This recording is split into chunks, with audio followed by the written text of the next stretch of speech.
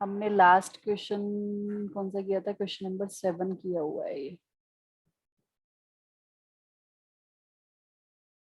सानवी, तुमने अगर स्टार्टिंग की क्लास देखी है तो उसमें फिर क्या बोलते हैं, जो कंसेप्ट था उसको तो देख ही लिया होगा ना। मुझे नहीं पता वो कितनी देर का था। उसके बाद से आई थिंक मैंने क्वेश्चंस ही कराए होंगे। तो एक बार तुम ना कर लेना, क्लास जरूर कर लेना, क्योंकि उसमें मैंने क्वेश्चंस कराए हुए हैं। क्वेश्चन नंबर 11 बोल रहे हो ना तुम? चलो स्टार्ट करते हैं। देखो, क्वेश्चन नंबर 11 में हमें क्या करना है? Open a T shape account of debtor bridge. अब हमें डेटर का अकाउंट ओपन करना है। अब यहाँ पर हम जो रूल्स देख रहे हैं, अब तुम चाहो तो उसको ट्रेडिशनल अप्रोच के अकॉर्डिंग लिंक कर सकते हो, या फिर मॉडर्न अप्रोच के अकॉर्डिंग, जिससे तुम्हें कंफर्टेबल लगता है तुम उसके अकॉर्डिंग कर सकते हो। ठीक है। अब यहाँ पर हमें डेटर का टी शेप अकाउंट बनाना है, ब्रिज का। तो अब उसके अकॉर्डिंग देखते हैं। तो पहले मैं एक बार फॉर्मेट बना लेती हूँ। हमें ब्रिज का अकाउंट बनाना है। किसका अकाउंट बनाना है? ब्रिज का। ब्रिज कौन है हमारा?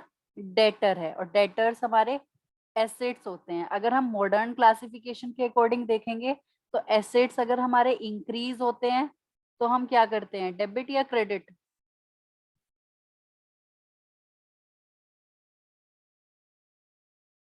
बोलो। अगर एसेट्स इंक्रीज होते हैं तो डेबिट होते हैं या क्रेडिट होते हैं? डेबिट। डेबिट होते हैं।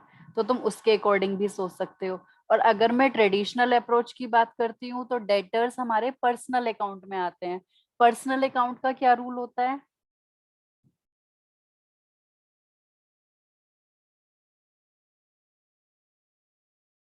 पर्सनल अकाउंट का बोलो। Debit the receiver, credit the giver. Debit the receiver, credit the giver. तो इस ट्रांजेक्शन में हमें चेक करना है कि सामने वाला पर्सन बिजनेस के लिए गिवर है या रिसीवर है। तुम उसके अकॉर्डिंग उसको डेबिट या क्रेडिट कर सकते हो। तो ये हमारा टी शेप अकाउंट होता है। सानवी, अगर तुमने कुछ क्वेश्चंस ट्राई किए होंगे, उसमें होंगे 20 मिनट्स की तुम क्लास बोल रही हो, तो मुझे नहीं पता कितनी देर में मैंने क्वेश्चन स्टार्ट किए थे। वैसे हम यहाँ से भी तुम समझ सकते हो। अब मुझे यहाँ पर डेटर का अकाउंट बनाना है। ये हमारा देखो टी शेप अकाउंट है। ये हमारा टी शेप अकाउंट है, इसको हम टी शेप अकाउंट बोल देते हैं। डेबिट साइड है और दूसरी साइड हमारी क्रेडिट साइड होती है। अब इसमें देखो फर्स्ट पॉइंट। हाँ बोलो।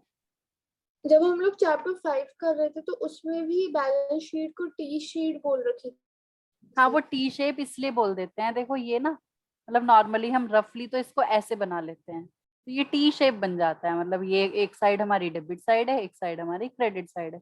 तो नॉर्मली मतलब रफली थोड़ा इस तरीके से ड्रॉ कर लेते हैं। ये तो अमाउंट की वजह से हमें ये वाली लाइंस ड्रॉ करनी पड़ती हैं। अगर हम, ओके। तो इसलिए इसको नॉर्मली टी शेप अकाउंट बोल दिया जाता है। ठीक है। ये हमारे लेजर्स होते हैं। अभी हम आगे आगे जैसे जैसे हम अकाउंट्स में हम आगे बढ़ते जाएंगे तो तुम्हें सब चीजें क्लियर होती जाएंगी और अच्छे से क्लैरिटी तुम्हारी इंप्रूव होती जाएगी पहले से। ठीक है। फर्स्ट पॉइंट में अगर हम देखते हैं, लिखा हुआ है sold goods to Brij on credit. अब हमने इसको देखो गुड्स क्रेडिट में सेल की हैं। जो ये ब्रिज है, ये बिजनेस के लिए रिसीवर है इस ट्रांजेक्शन में या गिवर है? अगर हमने उसको गुड्स सेल किए हैं उधार में, तो इस ट्रांजेक्शन में ब्रिज बिजनेस के लिए रिसीवर हुआ या गिवर हुआ? रिसीवर। रिसीवर हुआ। और हमें पता है हम ब्रिज को क्या करेंगे? यहाँ पर डेबिट करेंगे। डेबिट किससे करेंगे? हमने इसको देखो सेल किए हैं गुड्स, हम यहाँ पर सिंपल लिख देंगे सोल्ड गुड्स। फर्स्ट पॉइंट था ये हमारा, कितने रुपए में हमने सेल किया है? 25,000। तो हमने ब्रिज को डेबिट कर दिया, हमने डेबिट साइड में लिख दिया सोल्ड गुड्स 25,000। ठीक है। या फिर तुम अगर मॉडर्न अप्रोच के अकॉर्डिंग देखोगे तो ब्रिज तुम्हारा डेटर है। डेटर्स जब इंक्रीज होंगे, यानी कि एसेट्स जब इंक्रीज होंगे तो भी हम डेबिट करते हैं। तो यहाँ पर हमारे जो डेटर्स हैं इनकी वैल्यू इंक्रीज हो रही है ना, ब्रिज से हमें 25,000 लेने हैं, तो डेटर्स की वैल्यू इंक्रीज हो रही है। तो ये हमारा क्या हो गया? यहाँ पर डेबिट हो गया।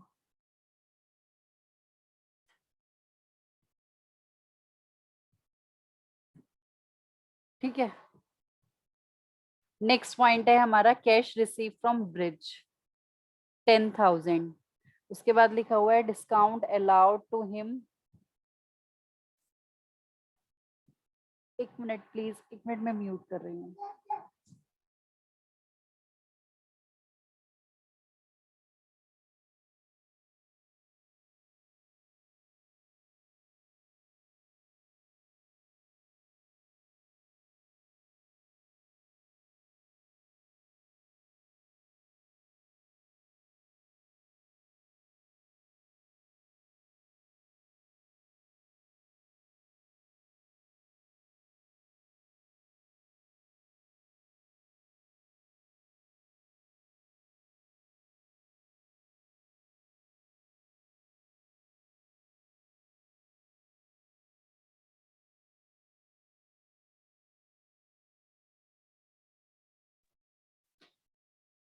हाँ, तो देखो यहाँ पर देखो सेकंड ट्रांजेक्शन जो है लिखा हुआ है कैश रिसीव फ्रॉम ब्रिज 10,000 और उसको हमने डिस्काउंट अलाउ किया है 500 का। अब देखो यहाँ पर दोनों पॉइंट को ध्यान से समझना है। जब हमें ब्रिज से कैश रिसीव हुआ तो ब्रिज इस ट्रांजेक्शन में गिवर हुआ या रिसीवर हुआ? गिवर। गिवर हुआ। तो हम यहाँ पर लिखेंगे सेकंड पॉइंट को, कैश रिसीव हुआ है हमें उससे कितना, 10,000, तो हमने उसको क्रेडिट कर दिया क्योंकि क्रेडिट द गिवर। उसके बाद हमारा लिखा हुआ है डिस्काउंट अलाउड टू हिम। देखो जब डिस्काउंट अलाउ होगा तो ब्रिज की जो वैल्यू है, मतलब जैसे हमें ब्रिज से देखो 25,000 लेने थे, फर्स्ट ट्रांजेक्शन में हमें पता चला कि हमने उसको 25,000 के गुड सेल किए हैं। अब हमने उसे बोला कि अब उसने हमें 10,000 का कैश दे दिया, तो ये वैल्यू कम हो गई उसकी, माइनस हो गई इतनी वैल्यू, मतलब इतना बैलेंस उसका कम हो गया। और हमने उसको 500 का डिस्काउंट अलाउ किया है। तो फाइनल जो हमें अमाउंट लेना है ब्रिज से वो कितना लेना है, 25 में से हम 10,500 रुपीज माइनस करेंगे। कहीं ना कहीं इस 500 वाली वैल्यू से भी अगर हम देखते हैं तो डेटर की वैल्यू डिक्रीज हो रही है, मतलब ब्रिज ब्रिज की वैल्यू जो 25,000 थी वो डिक्रीज हो रही है इस 500 से भी। तो ये जो डिस्काउंट अलाउड वाली वैल्यू है ये भी हमारी कहाँ पर आएगी, क्रेडिट साइड में आएगी। डिस्काउंट अलाउड कितना, 500। ठीक है, कोई डाउट इस पॉइंट में?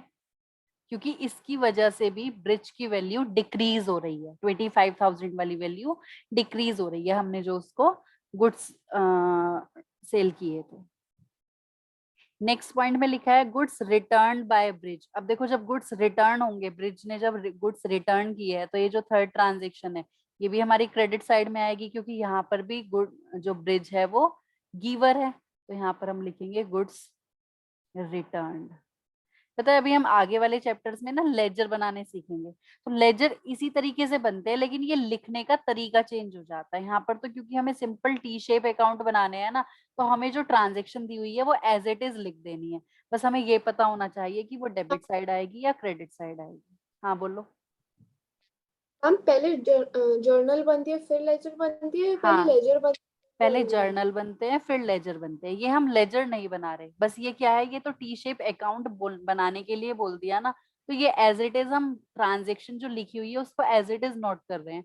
बस ये इस चैप्टर में ना सिखाना चाह रहे हैं रूल्स को, कि तुम रूल्स को कैसे अप्लाई करोगे, कैसे तुम्हें क्या चीज डेबिट करनी है क्या चीज तुम्हें क्रेडिट करनी है। तो इन्होंने कुछ क्वेश्चंस उसके ऊपर यहाँ पर डाल दिए हैं। बाकी है। तुम्हें जो क्लैरिटी होगी वो नेक्स्ट चैप्टर में जाके होगी, उसके बाद हम लेजर करेंगे तो वहां पर और अच्छे से क्लियर हो जाएगा। फिर तुम देखोगे कि ये क्या बनाया था, ये तो ऐसे ही कुछ भी चीज नहीं थी, मतलब जब तुम आगे चल के देखोगे। ठीक है, अब देखो इसको ना बैलेंस कर देते हैं हम। ये देखो 25,000, मैंने बोला था कि जिस साइड का टोटल ज्यादा होता है हमें वही टोटल दोनों साइड लिखना है। अब इधर देखो 25,000 ज्यादा है तो ये 25,000 में यहाँ पर भी लिख दूंगी। 25,000 में से ये और ये, मतलब इधर वाली जो भी वैल्यूज है इनको माइनस करके जो भी वैल्यू आएगी वो हम अंदर लिख देंगे। इसको हम यहाँ पर बोलेंगे ये हमारा क्या है, बैलेंस आ गया, कि कितना बैलेंस उसका भी रहता है जो वो हमें पे करेगा। 25 में से हमारा 15,500 गया तो ये बचेगा 9,500। तो ये 9,500 रुपीज अभी वो हैं जो हमें उससे लेने हैं। समझ में आया मानसवी क्वेश्चन नंबर 11? Yes ma'am. अच्छा एक क्वेश्चन ना हम क्वेश्चन नंबर 13 भी करते हैं। मैंने आई थिंक क्वेश्चन नंबर 12 तुम लोगों को कराया था क्या? यस मैम, करवा दिया था। है ना, क्वेश्चन नंबर 12 में लास्ट क्लास में करा चुकी हूँ, तो वीडियो में तुम लोग देख लेना। और वैसे अगर तुम्हें वीडियोस देखनी होती है तो मैंने जो चैनल है यूट्यूब पे वो हाई क्यू कॉमर्स क्लासेस के नाम से है, ठीक है। तो तुम वहां पर डायरेक्ट भी देख सकते हो, बाकी मैं लिंक भी शेयर कर दूंगी, उसमें भी कोई प्रॉब्लम नहीं है। एक बार हम क्वेश्चन नंबर 13 और करते हैं, ये कैपिटल अकाउंट का है, तो एक बार इस क्वेश्चन को और करते हैं। क्वेश्चन नंबर 13 में देखो क्या है, from the following particulars prepare proprietors capital account. हमें कैपिटल अकाउंट बनाना है, प्रोप्राइटर मतलब ओनर का। तो जब हम कैपिटल अकाउंट बनाते हैं तो कैपिटल अकाउंट अगर मॉडर्न अप्रोच के अकॉर्डिंग देखते हैं तो जब हमारा कैपिटल इंक्रीज होगी तो उसको हम क्रेडिट करते हैं, और अगर कैपिटल डिक्रीज होती है तो उसको हम डेबिट करते हैं। कुछ ध्यान है ऐसा रूल्स में? कैपिटल अगर इंक्रीज होती है तो क्रेडिट, और अगर कैपिटल डिक्रीज होती है तो डेबिट। तो ये तुम्हें रूल्स अच्छे से याद होने चाहिए, अगर रूल्स याद होंगे तभी तुम उनको अप्लाई कर पाओगे। और अगर हम ट्रेडिशनल अप्रोच के अकॉर्डिंग देखते हैं तो वहां पर हमारा कैपिटल पर्सनल अकाउंट में आता है। पर्सनल अकाउंट का रूल हमारा वही, debit the receiver, credit the giver. अगर ऑनर ने बिजनेस को कुछ दिया है तो वो गिवर हो गया, वहां उसे क्रेडिट करेंगे। उसने बिजनेस से कुछ लिया है तो उस केस में उसको डेबिट कर देते हैं। तो हम यहाँ पर देखते हैं, लिखा हुआ है 1 अप्रैल 2020 को कमेंस बिजनेस विद कैश। अब देखो ऑनर ने बिजनेस स्टार्ट किया है विद कैश, तो यहाँ पर हमारी कैपिटल की वैल्यू इंक्रीज हुई है या डिक्रीज हुई है बिजनेस के पॉइंट ऑफ व्यू से अगर हम देखते हैं। मतलब ऑनर यहाँ पर गिवर है या रिसीवर है बिजनेस को? गिवर। गिवर है। तो हम कौन सी साइड में लिखेंगे? क्रेडिट साइड में लिखेंगे। हमारा 1 अप्रैल 2020 की जो ट्रांजेक्शन है, ये हम यहाँ पर लिखेंगे कमेंस बिजनेस। उसने बिजनेस स्टार्ट किया था, तो यहाँ पर हमारी कैपिटल अकाउंट क्या हो जाएगा? क्रेडिट हो जाएगा। क्रेडिट साइड में लिखा जाएगा कितना, जितनी भी वैल्यू से उसने बिजनेस स्टार्ट किया है। तो वैल्यू हमारी कितनी है? 2 लाख रुपीज। ठीक है। नेक्स्ट पॉइंट में देखो लिखा हुआ है नेट लॉस। क्या दिया हुआ है हमें? नेट लॉस एज पर प्रॉफिट एंड लॉस अकाउंट। तुम इसको अकाउंटिंग इक्वेशन से भी लिंक कर सकते हो। अब एक बात बताओ, जब लॉस होता था तो तुम्हारी कैपिटल की वैल्यू इंक्रीज होती थी या डिक्रीज होती थी? डिक्रीज। डिक्रीज होती थी। तो यहाँ पर हमारा कैपिटल अकाउंट डिक्रीज हो रहा है, इसका मतलब। तो कैपिटल अकाउंट अगर डिक्रीज होगा तो मॉडर्न अप्रोच के अकॉर्डिंग सोचकर बताओ, डेबिट होना चाहिए या क्रेडिट होना चाहिए? डेबिट। डेबिट होना चाहिए। तो हम यहाँ पर डेबिट साइड में लिखेंगे 31 मार्च 2021 को नेट लॉस, लॉस की वजह से हमारा कैपिटल अकाउंट क्या हो जाएगा? डेबिट हो जाएगा। तो हम डेबिट साइड में लिखेंगे। नेक्स्ट दिया हुआ है ड्राइंग्स। अब देखो ड्राइंग्स की केस में क्या होता है? ऑनर बिजनेस से विड्रॉ करता है ना। अब ड्राइंग्स होंगी तो ऑनर बिजनेस के लिए एक तरीके का रिसीवर है। और दूसरे पॉइंट से हम सोचते हैं तो कैपिटल ड्राइंग्स की वजह से क्या होती है? कैपिटल डिक्रीज होती है। तो यहाँ पर भी ड्राइंग्स वाली वैल्यू हमारी कौन सी साइड लिखी जाएगी? डेबिट साइड में, है ना। तो इससे तुम्हें रूल्स का एप्लीकेशन समझ में आता है कि रूल्स को कैसे अप्लाई करना है। रूल्स अप्लाई करने आएंगे तो तुम्हें जर्नल एंट्री फिर बहुत इजी लगेगी। ये देखो टोटल हमारा क्रेडिट साइड का टोटल ज्यादा है, तो यही टोटल मैंने इस साइड लिखा। फिर 2 लाख में से ये दोनों वैल्यूज माइनस होकर जो भी वैल्यू आएगी वो हम यहाँ पर लिख देंगे बैलेंस। तो ये कितना हो गया हमारा? बैलेंस कितना आएगा चेक कर लेते हैं। 2 लाख में से 23 लेस होगा तो नहीं, 33। तो ये हमारा आ जाएगा 1,67,000। ठीक है। तो ये इसमें देखो क्वेश्चंस दिए हुए हैं, क्वेश्चन नंबर 14 तक हमारे पास क्वेश्चंस हैं। तो तुम लोग इसको कंप्लीट कर लेना। ठीक है। अगर और किसी क्वेश्चन में भी डाउट होगा तो हम उसको कर लेंगे, फिर डिस्कस कर लेंगे। आज हम अपना नेक्स्ट चैप्टर स्टार्ट करेंगे, चैप्टर 8। चैप्टर 7 जो है हमारा वो वाउचर्स वगैरह, इस चैप्टर को अभी बाद में हम करेंगे। पहले हम अपना चैप्टर 8 करेंगे। ठीक है। चैप्टर 7 हम बाद में करेंगे। अब देखो आज हम अपना नया चैप्टर करने जा रहे हैं, जर्नल एंट्री।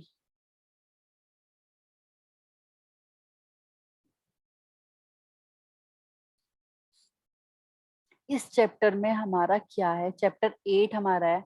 एक बार मुझे बुक में नाम देखकर बताओगे चैप्टर का, स्पेशली जो नाम लिखा हुआ है वो क्या है?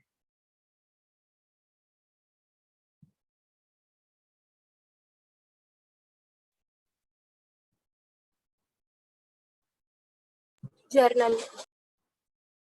जर्नल। एक मिनट।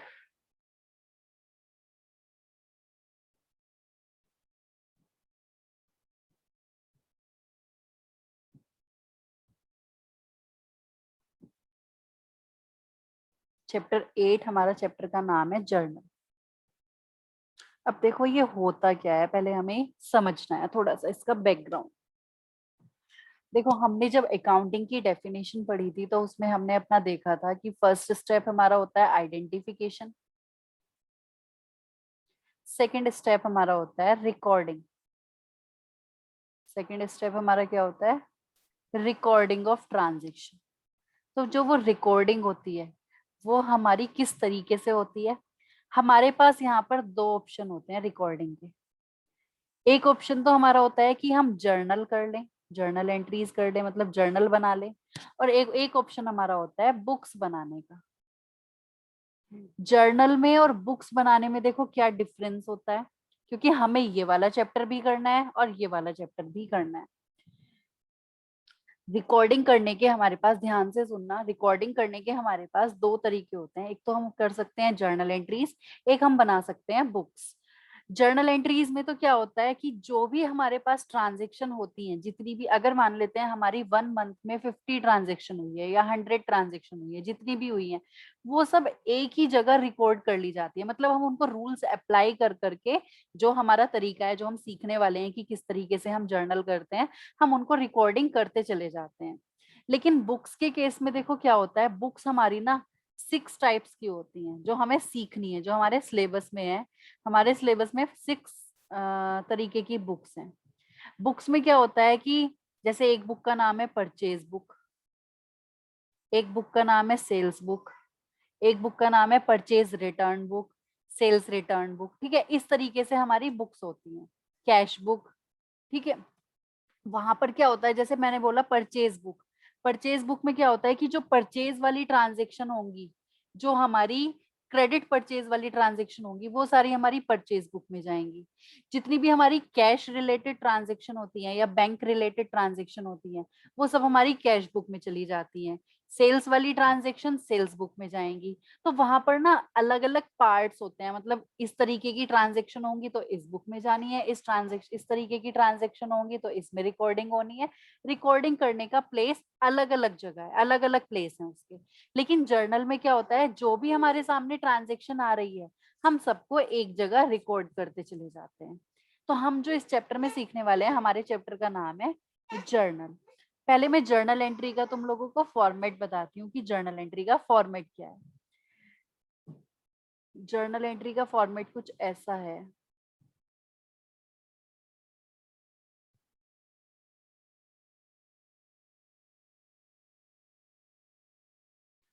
फर्स्ट कॉलम हमारा डेट का है, किस डेट में ट्रांजेक्शन हुई है। सेकंड कॉलम हमारा पर्टिकुलर्स। थर्ड कॉलम में हमारा आता है LF। ये LF क्या चीज है इसको अभी देखेंगे। फोर्थ कॉलम होता है हमारा डेबिट वाला अमाउंट, जो हम चीजें डेबिट करते हैं ना, उसका कितना अमाउंट है।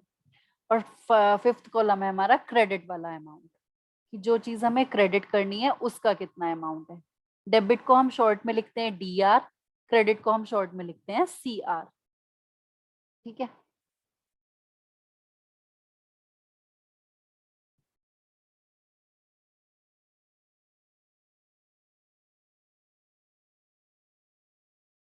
अब देखो तुम रूल्स काफी हद तक अप्लाई करना सीख चुके हो, ठीक है। तो यहाँ पर हमें इतनी प्रॉब्लम नहीं आने वाली है सीखने में, अच्छे से हम इजीली समझ पाएंगे कि क्या होता है। ये हमारा जर्नल एंट्री का फॉर्मेट है। इसमें हम ऊपर इस तरीके से लिखते हैं इन द बुक्स ऑफ, जैसे कि मान लेते हैं ऑनर का नाम था राम, तो हम लिखेंगे in the books of Ram. ये हम क्या बना रहे हैं, जर्नल। ठीक है, राम की बुक्स में हम जर्नल बना रहे हैं, in the books of Ram journal. Ram की जो बुक्स बनाई जा रही है, बुक्स से यहाँ पर मतलब है अकाउंटिंग, जो हम प्रॉपरली, जो हम पूरा अकाउंट्स मेंटेन कर रहे हैं उसका। यहाँ पर बुक्स वो वाली बुक्स नहीं है जो मैंने अभी बताई थी, वो बुक्स अलग चीज है। ठीक है, in the books of Ram, उसकी बुक्स में हम क्या बनाने जा रहे हैं, जर्नल बनाने जा रहे हैं। जर्नल एंट्रीज करने का तरीका क्या है, ये देखो, ये तो हमारा फॉर्मेट है। डेट, पर्टिकुलर्स, LF, LF मतलब होता है लेजर फोलियो, इसकी फुल फॉर्म होती है लेजर फोलियो। क्योंकि देखो जर्नल एंट्री के बाद ना लेजर्स बनाए जाते हैं, तो लेजर्स के रेफरेंस के लिए ये कॉलम बनाया जाता था। पहले क्या होता था, मैनुअल अकाउंटिंग होती थी पहले ना, मैनुअली होती थी अकाउंटिंग, जब ये सिस्टम वगैरह, ये कंप्यूटर्स वगैरह तो हमारे पास थे नहीं। तो वहां पर क्या होता था, अगर मान लेते हैं 10 पेज में जर्नल एंट्रीज हमने की और हम उन 10 पेजेस के लेजर बनाने लगे, तो वहां से ना रेफरेंस के लिए एक LF का कॉलम होता था, वहां पर ना पेज नंबर का रेफरेंस डाल दिया जाता था। मान लेते हैं हमारा जर्नल बन रहा है फर्स्ट पेज पर और हम इसका लेजर बना रहे हैं 11th पेज पर, तो 11 पेज का रेफरेंस लेने के लिए मैं यहाँ पर लिख दूंगी 11। तो यहाँ से मैं क्या करूंगी, यहाँ से मैं डायरेक्टली इसका लेजर फाइंड आउट कर सकती हूँ कि इस वाले जर्नल का हमने लेजर कहाँ बनाया है, तो हम पेज नंबर 11 पर डायरेक्टली पहुंच सकते हैं। तो रेफरेंस के लिए ये कॉलम होता है, लेकिन आज के टाइम में इसका कोई यूज नहीं है, लेकिन फिर भी हमारा फॉर्मेट में चलता आ रहा है, तो हम इसका कॉलम जरूर बनाकर चलते हैं। तो LF का कॉलम तुम्हारा क्वेश्चंस में अगर तुम देखोगे तो तुम्हारा ब्लैंक रहेगा, तुम्हें इसमें कुछ नहीं लिखना। ये पहले टाइम में हम क्योंकि रेफरेंस के लिए यूज करते थे, तो यहाँ पर हमारा इसलिए ये रेफरेंस के लिए यूज किया जाता है। अब देखो होता क्या है, हम किस तरीके से जर्नल एंट्रीज करेंगे। अब मैं एक क्वेश्चन लेकर चलती हूँ, क्वेश्चन एक अलग से क्वेश्चन फ्रेम करते हैं हम। मान लेते हैं हमारा फर्स्ट ट्रांजेक्शन हमें गिवन है, started business with cash. Mostly तुम्हें यही मिलेगी फर्स्ट ट्रांजेक्शन, विद ₹1 लाख। अब मुझे इस ट्रांजेक्शन में ये बताओ कि क्या चीज हमारी डेबिट होगी और क्या चीज हमारी क्रेडिट होगी। कौन सा अकाउंट डेबिट होने वाला है, कौन सा अकाउंट हमारा क्रेडिट होने वाला है। Started business with cash,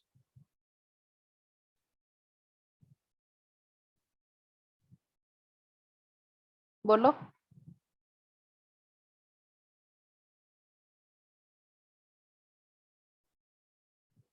Saanvi, Mansi, started business with cash ₹1 lakh. कौन सा अमाउंट हमारा, कौन सा अकाउंट हमारा डेबिट होने वाला है, कौन सा अकाउंट क्रेडिट होने वाला है। पर्सनल अकाउंट, पर्सनल नहीं, नेम, विद नेम बताना account. Capital account. Capital account, एक तो हमारा इसमें कैपिटल अकाउंट इन्वॉल्व है और दूसरा कैश अकाउंट इन्वॉल्व है। क्या चीज डेबिट होगी और क्या चीज क्रेडिट होगी। बिजनेस के पॉइंट ऑफ व्यू से सोचो, बिजनेस को कैश रिसीव हुआ है, debit what comes in, cash हमारा रियल अकाउंट की कैटेगरी में जाता है, तो कैश हमारे पास आया है, इसको हम डेबिट करेंगे। और कैपिटल यहाँ पर जो ऑनर है वो गिवर है बिजनेस के लिए, तो इसलिए कैपिटल अकाउंट क्या होगा, क्रेडिट हो जाएगा। अगर हम इसको पर्सनल अकाउंट के पॉइंट ऑफ व्यू से सोचते हैं, अगर तुम्हें मॉडर्न अप्रोच के अकॉर्डिंग इजी लग रहा होगा ना रूल्स अप्लाई करना, तो तुम मॉडर्न अप्रोच के अकॉर्डिंग भी कर सकते हो। तुम वहां पर खुद से सोच सकते हो, कैपिटल यहाँ पर बिजनेस के पॉइंट ऑफ व्यू से सोचो, इंक्रीज हुई है या डिक्रीज हुई है, तो बिजनेस के लिए कैपिटल इंक्रीज हुई है, इसलिए क्रेडिट। कैश हमारे लिए, कैश भी बिजनेस के लिए क्या हुआ है, इंक्रीज हुआ है, भाई बिजनेस के पास कैश भी आया है, तो कैश भी बिजनेस के लिए देखा जाए तो इंक्रीज हुआ है, तो कैश हमारा डेबिट, क्योंकि कैश हमारा एसेट्स में आता है, एसेट्स अगर इंक्रीज होते हैं तो डेबिट, और कैपिटल अगर इंक्रीज होती है तो क्रेडिट। तो दोनों चीजें बिजनेस के लिए देखा जाए तो इंक्रीज हुई है, इधर कैपिटल इंक्रीज हुई है, इधर कैश इंक्रीज हुआ है। तो तुम मॉडर्न अप्रोच के अकॉर्डिंग भी सोच सकते हो और इसको तुम ट्रेडिशनल के अकॉर्डिंग भी सोच सकते हो, जैसे तुम्हें कंफर्टेबल लगे। ठीक है, कंफ्यूज नहीं होना है बस।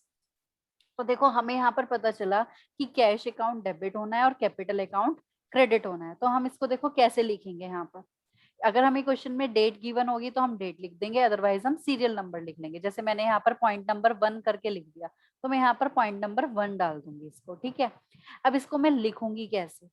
लिखने का तरीका क्या होता है, जर्नल को जो चीज हमारी डेबिट होनी है उसको हम लिखेंगे क्या, कैश अकाउंट। यहाँ पर हम लिखेंगे डेबिट मतलब DR, cash account debit to.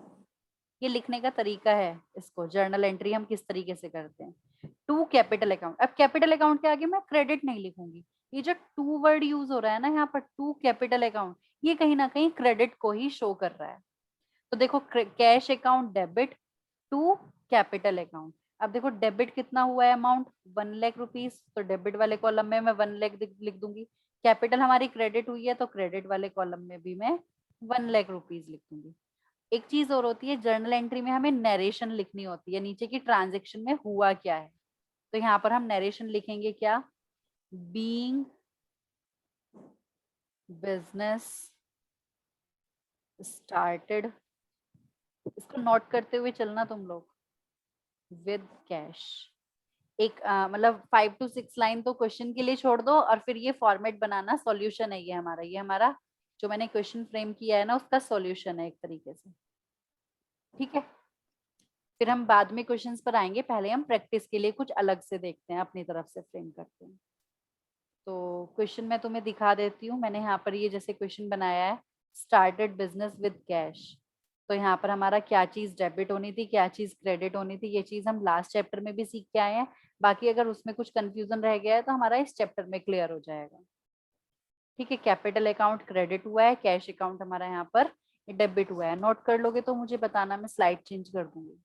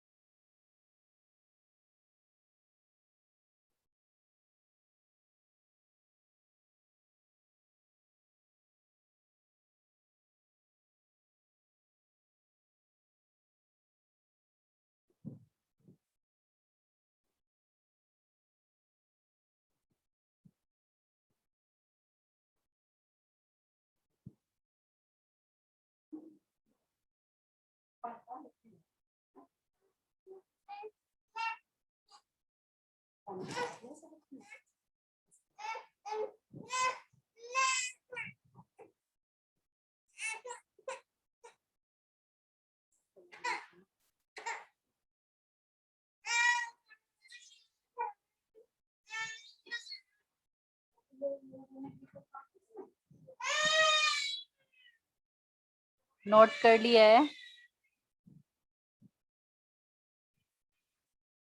ये हमारा सॉल्यूशन है।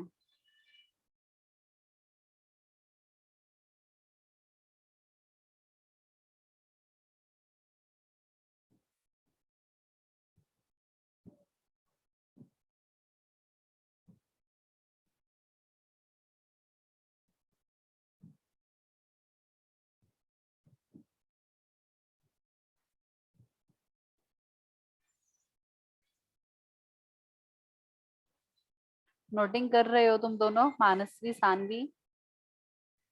हाँ मैम।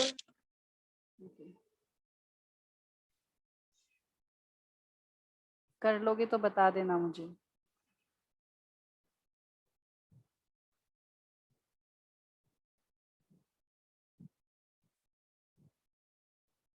मैम मेरा हो गया।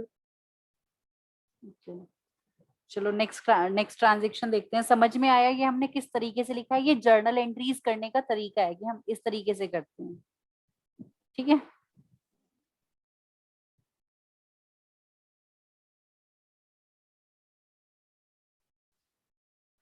नेक्स्ट हम देखते हैं, अगर मैं नेक्स्ट पॉइंट लिखती हूँ क्या, परचेज्ड गुड्स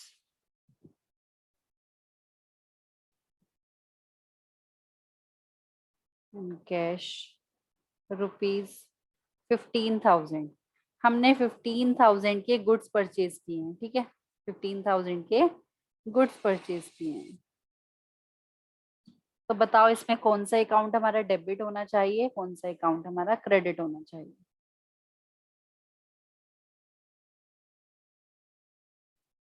कौन कौन से अकाउंट हमारे इन्वॉल्व है यहाँ पर?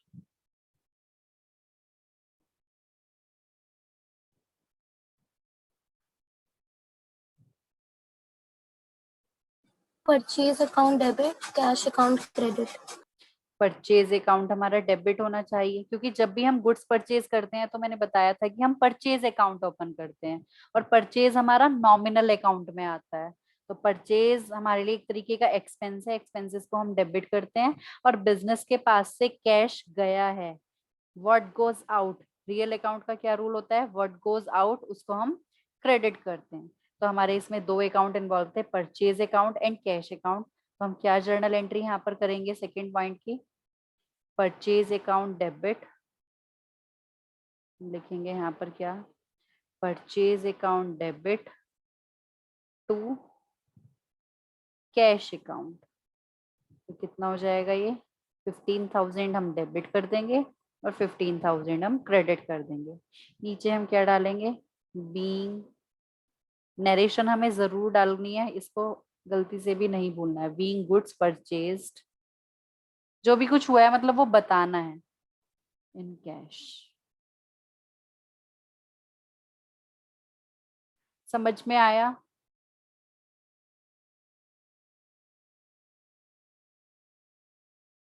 कोई डाउट तो नहीं है भाई?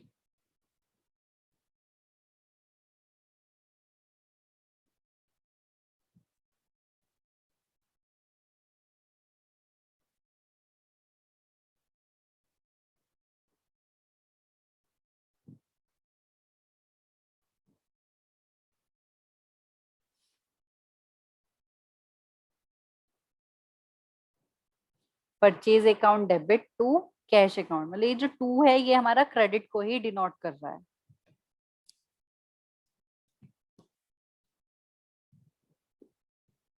सानवी, मानसवी, समझ में आ रहा है किस तरीके से जर्नल एंट्रीज हो रही हैं? तुम लोगों के स्कूल में शायद हो भी चुकी होंगी, हो सकता है स्कूल में हो गया है ये पार्ट।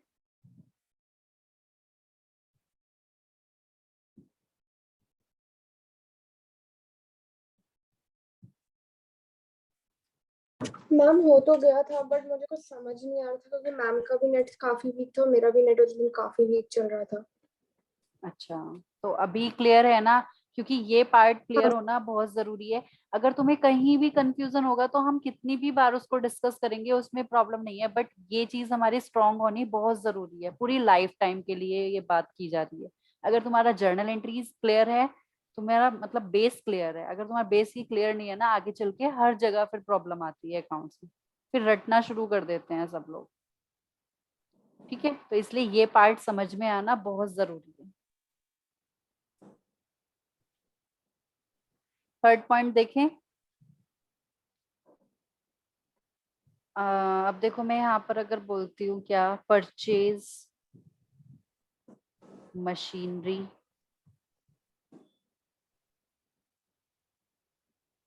₹30,000 in cash. ये भी हमने कैश में ही खरीदी है। अभी मैं सिंपल ट्रांजेक्शन लिख रही हूँ बिल्कुल। Purchase machinery for ₹30,000 in cash. यहाँ पर बताना मेरे को कौन कौन सी चीजें डेबिट होंगी, कौन कौन सी चीज हमारी क्रेडिट होगी, कौन कौन से अकाउंट हमारे इन्वॉल्व हैं।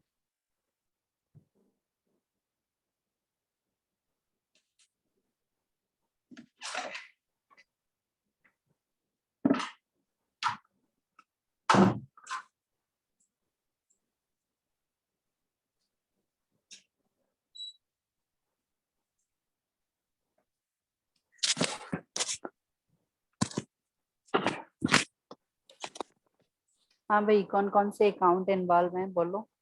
मैम यहाँ पे एक तो वो मशीनरी वाला जो एसेट का अकाउंट बनता था, एक तो मशीन अकाउंट हो गया हमारा, और दूसरा कैश अकाउंट। दूसरा कैश अकाउंट। कौन सा अकाउंट डेबिट होना है, कौन सा क्रेडिट होना है?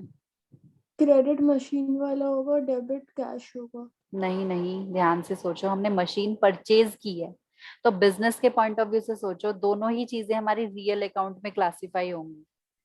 ठीक है, एक एसेट हमारा इंक्रीज हुआ है, तुम मॉडर्न अप्रोच के अकॉर्डिंग भी सोच सकते हो।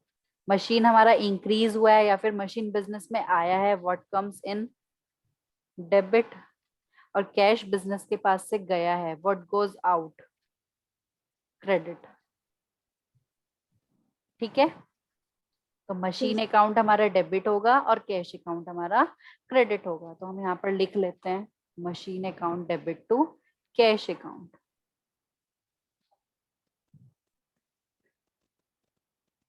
तीन चार क्वेश्चंस कर लोगे, रूल्स उतना ज्यादा सोचने की जरूरत ही नहीं पड़ेगी, तुम्हें डायरेक्टली समझ में आएगा क्या डेबिट करना है क्या क्रेडिट करना है। थोड़ा ध्यान से करो, बस स्टार्टिंग में रूल्स अप्लाई करने की कोशिश करो। डायरेक्ट भी समझ में आ रहा है ना, तब भी रूल्स सोचो कि रूल्स के अकॉर्डिंग ये चीज ऐसे क्यों हुई है।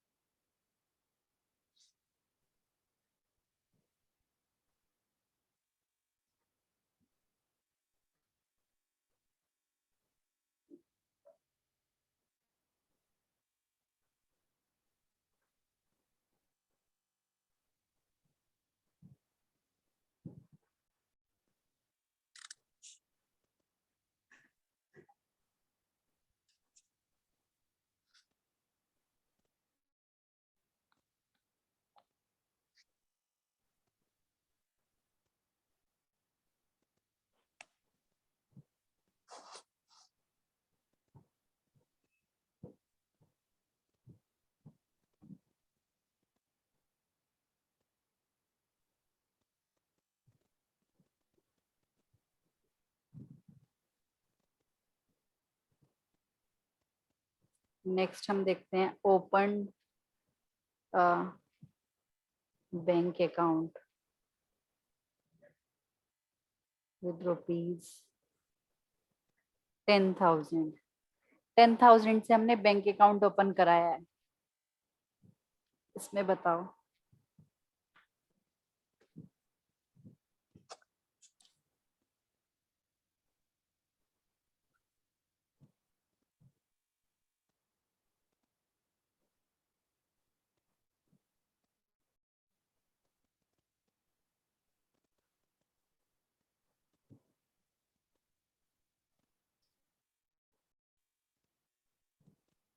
कौन कौन से अकाउंट हमारे इन्वॉल्व है, तुम अकाउंटिंग इक्वेशन से लिंक करके सोचोगे ना तो तुम्हें इजीली समझ आएगा। वहां पे तुम क्या करते थे, जब बैंक अकाउंट ओपन होता था तो बैंक में तुम इंक्रीज करते थे, कैश को तुम माइनस कर देते थे। तो तुम इस तरीके से भी सोच सकते हो। तो यहाँ पर तुम्हारे दो अकाउंट इन्वॉल्व हुए, एक बैंक अकाउंट और एक cash account.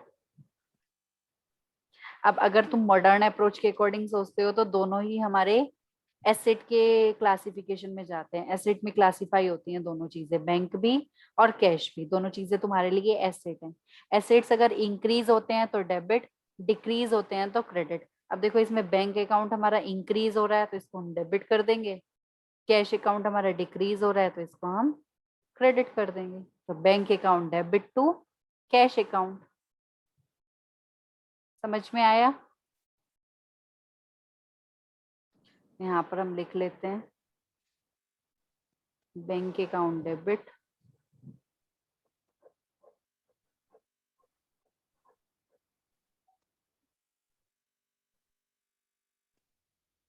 To cash account 10,000।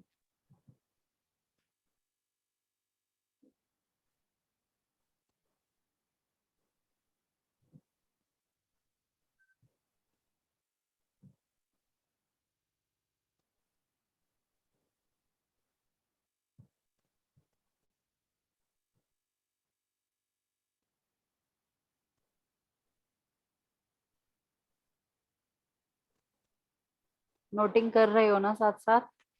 Yes ma'am.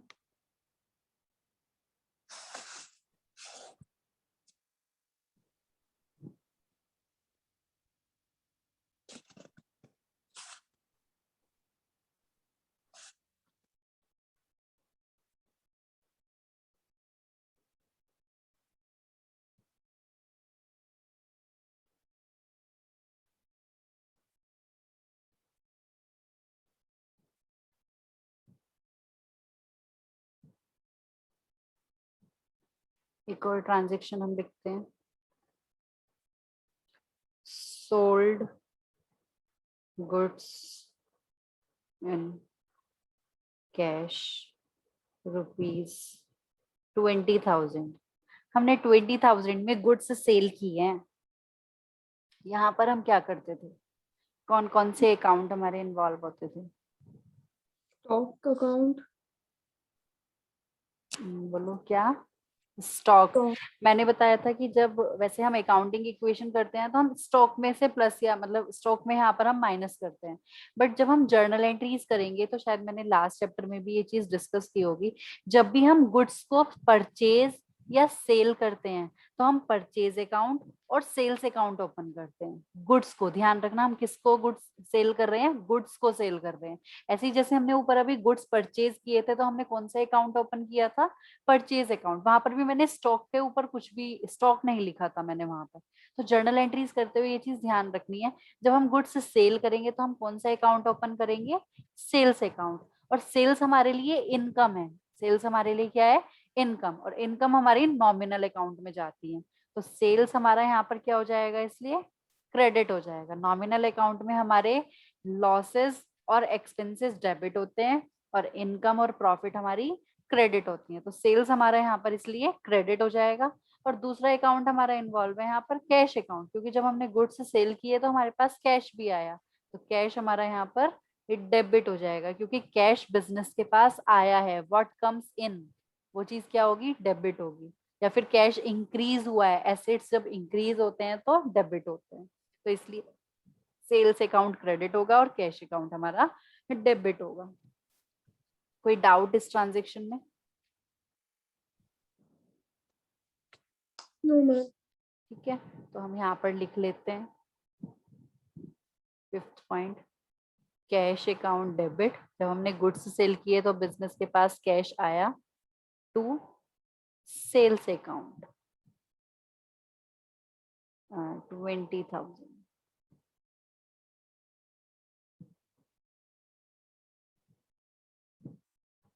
being goods sold in cash।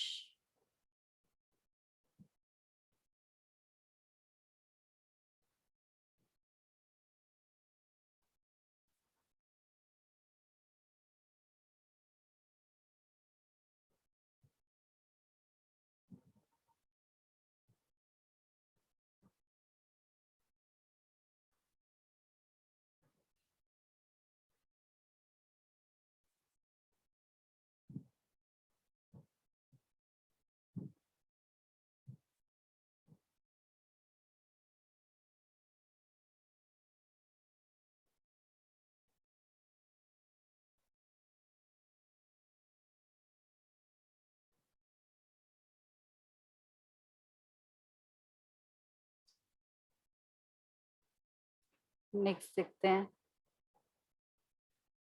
इस बार हम गुड्स सेल करते हैं क्रेडिट में। लिखते हैं sold goods on credit rupees 15,000। 15,000 के हमने क्रेडिट में गुड्स सेल किए हैं, उधार में इस बार सेल किए हैं। जब उधार में सेल करते हैं तो कौन कौन से अकाउंट इन्वॉल्व होते हैं हमारे?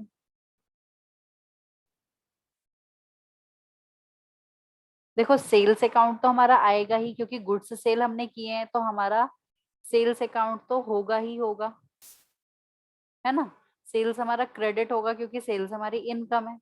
देखो जब हमने कैश में सेल किए थे तो हमारा कैश अकाउंट इन्वॉल्व था, इस बार हमारे क्रेडिट में सेल है तो क्रेडिट में उस पार्टी का अगर नाम दिया हुआ होगा तो अच्छी बात है, वरना यहाँ पर हम क्रेडिटर का अकाउंट ओपन करेंगे, मतलब अपने जो, या फिर मैं नाम लिख देती हूँ, चलो sold goods on credit for rupees 15,000 मैं यहाँ पर लिख देती हूँ टू मोहन।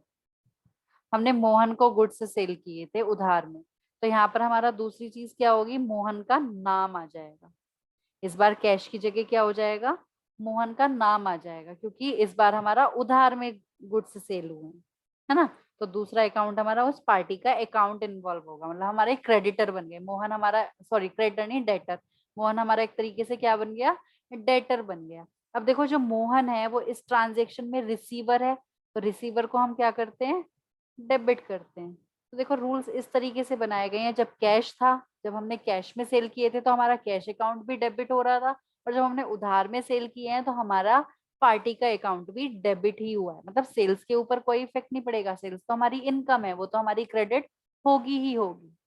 ठीक है, तो इस बार हमारी क्या जर्नल एंट्री बनी, मोहन से account debit to sales account, यानी कि जब हमने उधार में गुड्स सेल किए थे तो मोहन से अकाउंट डेबिट, कैश की जगह इस बार मोहन का अकाउंट डेबिट हो गया, क्योंकि यहाँ पर उधार में सेल थी। तो रूल्स अप्लाई करके भी देखोगे तो तुम्हारे रूल्स भी तुम्हारे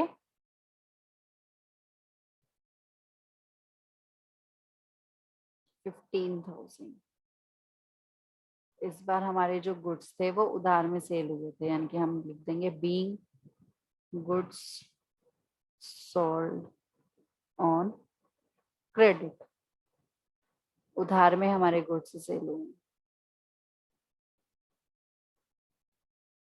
समझ में आ रहा है दोनों को? कोई कंफ्यूजन तो नहीं है बिल्कुल? किसी भी तरीके का कोई भी कंफ्यूजन है तो अभी बता देना, हम डिस्कस कर लेंगे, कोई प्रॉब्लम नहीं है।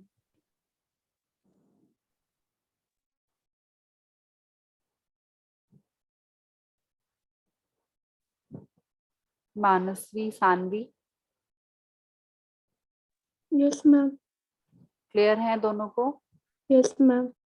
Yes ma'am.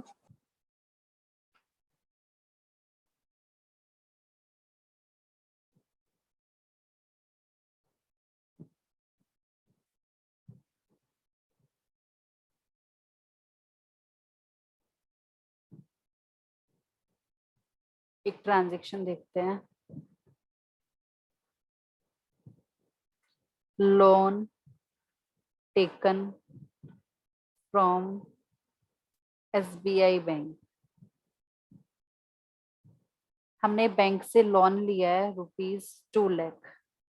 2 लाख का हमने लोन लिया है बैंक से। तो यहाँ पर मुझे बताओगे कौन कौन से अकाउंट हमारे इन्वॉल्व होंगे।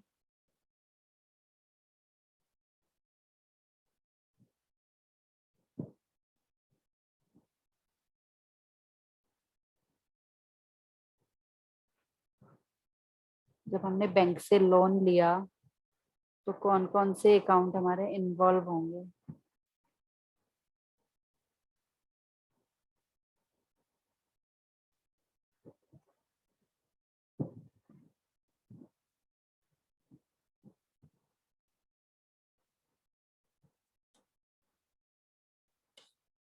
हाँ भाई, सोच के बताओ। अगर अकाउंटिंग इक्वेशन करते तो कहाँ कहाँ लिखते तुम लोग। जब बैंक से लोन लेंगे तो बिजनेस के ऊपर क्या इफेक्ट पड़ेगा, सोचो।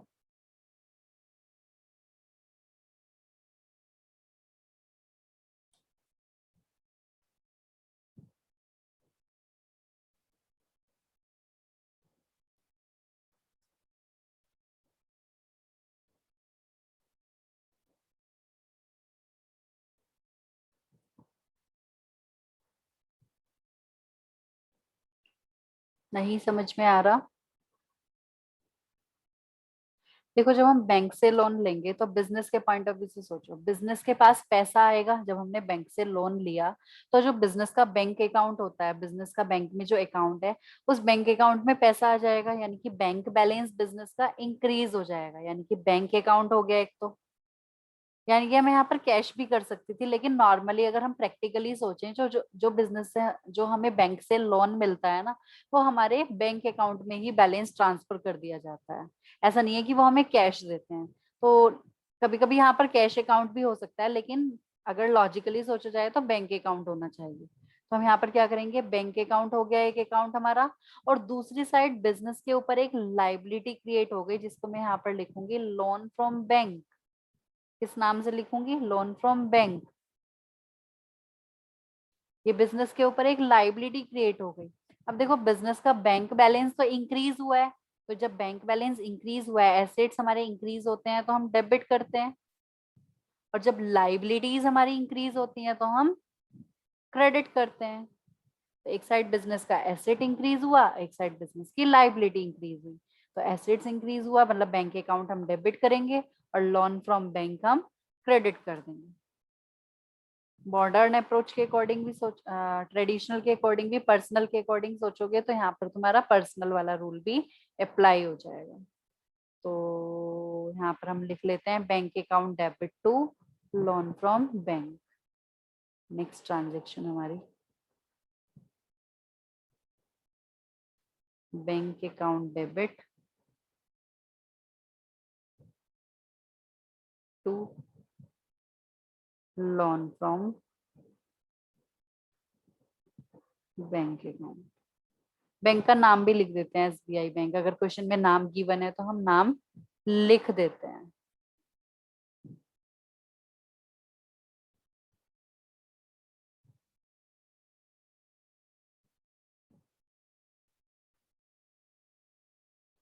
Loan taken from bank.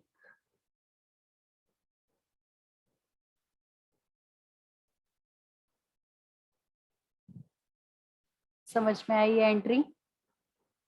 Bank account debit to, अगर हम किसी पर्सन से लोन लेते तो यहाँ पर उसका नाम आ जाता।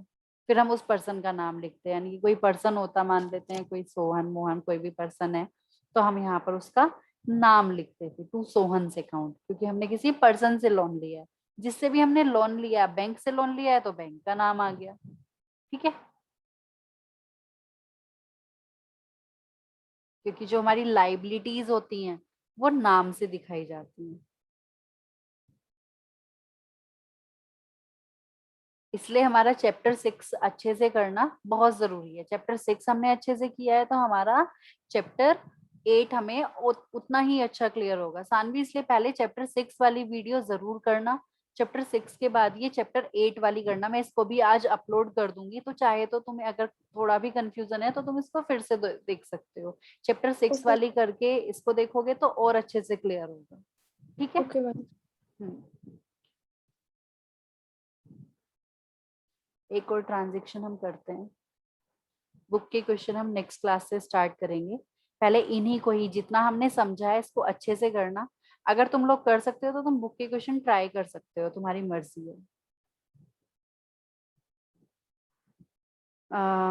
मैं यहाँ पर एक ट्रांजेक्शन लेती हूँ। मैंने काफी ट्रांजेक्शन जो बेसिक ट्रांजेक्शन नॉर्मली हमें हर क्वेश्चन में मिलती है वो मैंने यहाँ पर कवर करने की कोशिश की है। सैलरी पेड ₹10,000, हमने 10,000 की सैलरी पे की है। तो यहाँ पर बताओ हमारे कौन कौन से अकाउंट इन्वॉल्व होने चाहिए।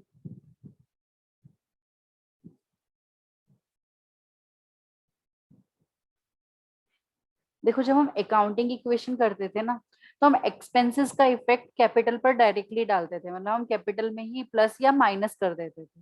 एक्सपेंसेस होते थे तो हम माइनस कर देते थे, और अगर हमारी इनकम होती थी तो हम कैपिटल में प्लस कर देते थे। लेकिन जब हम जर्नल एंट्रीज करते हैं तो हम उस पर्टिकुलर एक्सपेंस या इनकम को उसके नाम से लिखते हैं। जैसे अब हमने यहाँ पर सैलरी पे की है तो यहाँ पर सैलरी को सैलरी के नाम से लिखा जाएगा, मतलब सैलरी का अकाउंट अलग से ओपन किया जाएगा। रेंट पे करेंगे तो रेंट का अकाउंट ओपन होगा। यहाँ पर ऐसा नहीं है कि मैं यहाँ पर कैपिटल अकाउंट लिख दूंगी, वहां तो हम डायरेक्टली करते थे क्योंकि वहां पर हम एक्सपेंसेस के कितने हेड बनाते। अल्टीमेटली एक्सपेंसेस और इनकम का इफेक्ट कैपिटल पर ही जाता है। लास्ट में तुम धीरे धीरे देखोगे इनका इफेक्ट अल्टीमेटली किसके ऊपर पड़ेगा, कैपिटल के ऊपर ही पड़ेगा। लेकिन जब हम जर्नल एंट्रीज करते हैं तो हम उस पर्टिकुलर एक्सपेंस को या इनकम को उसके नाम से हम उसका अकाउंट ओपन करते हैं। क्योंकि लेजर्स बनाए जाते हैं ना, तो हमारे पास अलग अलग चीजों के लेजर होंगे कि हमने सैलरी कितनी पे की है, रेंट कितना पे किया है, इंटरेस्ट कितना पे किया है, टेलीफोन एक्सपेंसेस कितने पे किए हैं। हमारे पास हर एक एक्सपेंस की डिटेल में हर एक चीज की प्रॉपर डिटेल होगी कि ये चीज हमने इतनी पे की है, इस डेट को पे की है। तो इस वजह से जितने भी एक्सपेंसेस या इनकम होती हैं वो उन सबके हम अकाउंट अलग से ओपन करते हैं। तो जब हमने सैलरी पे की है तो सैलरी का अकाउंट ओपन होगा, और सैलरी पे की है तो बिजनेस के पास से कैश गया है, या तो कैश या बैंक बैलेंस कुछ ना कुछ तो कम हुआ होगा। तो अब यहाँ पर देखो सैलरी हमारा नॉमिनल अकाउंट में क्लासिफाई होता है, एक्सपेंसेस हमारे डेबिट होते हैं तो सैलरी अकाउंट हमारा डेबिट हो जाएगा। कैश रियल अकाउंट में क्लासिफाई होता है।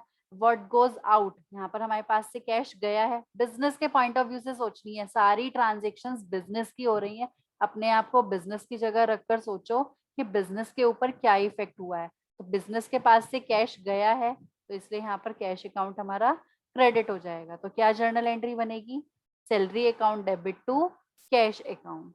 तो हम यहाँ पर लिख लेते हैं ट्रांजेक्शन हमारी 8, सैलरी अकाउंट डेबिट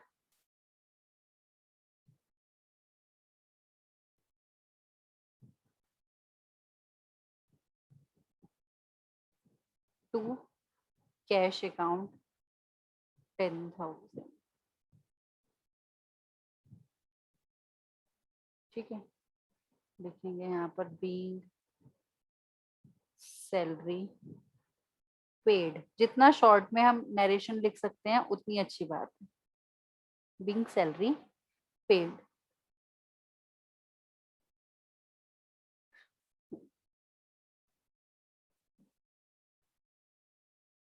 हमने 8 ट्रांजेक्शन की हैं, किसी भी ट्रांजेक्शन में कोई भी डाउट है तो प्लीज मुझे बता देना, अभी हम अभी डिस्कस कर लेंगे। बाकी सोच समझ के अपने घर पे भी इसकी प्रैक्टिस करना। जितने दिन हम जर्नल एंट्रीज कर रहे हैं उसकी रेगुलर प्रैक्टिस करना, क्वेश्चन जरूर करना साथ साथ। जितनी अच्छी तुम्हें क्लैरिटी जर्नल एंट्रीज की हो जाएगी तुम्हें आगे का अकाउंट्स उतना ही सिंपल लगेगा। ठीक है।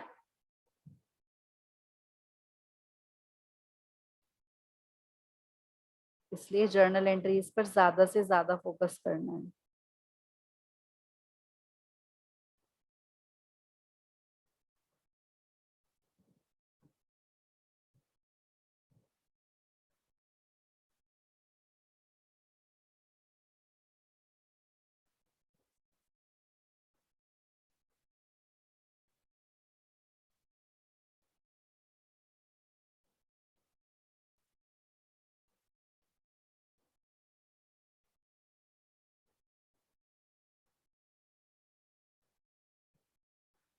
तो बाकी हम जो नेक्स्ट क्लास में हम एक्सरसाइज के क्वेश्चंस स्टार्ट करने वाले हैं, अपने रूल्स और सब चीजें प्लीज अच्छे से पढ़ के आना, अच्छे से इसको जो हमने आज की क्लास में किया है इसको फिर से रिवाइज करना।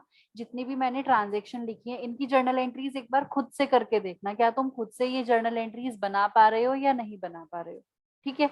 और चैप्टर 6 के क्वेश्चंस कंप्लीट कर लेना, किसी क्वेश्चन में डाउट होगा तो हम नेक्स्ट क्लास में उसको भी डिस्कस कर लेंगे। ठीक है। अभी हम नेक्स्ट क्लास में मिलते हैं, क्योंकि आज 2 बच्चों ने क्लास ज्वाइन नहीं की है किसी वजह से। ठीक है, ओके मैम। नेक्स्ट क्लास में मिलते हैं। Bye bye. नोटिंग तो कर लिया ना, पूरा नोट डाउन कर लिया? कहीं कुछ रहा तो नहीं है, बता देना।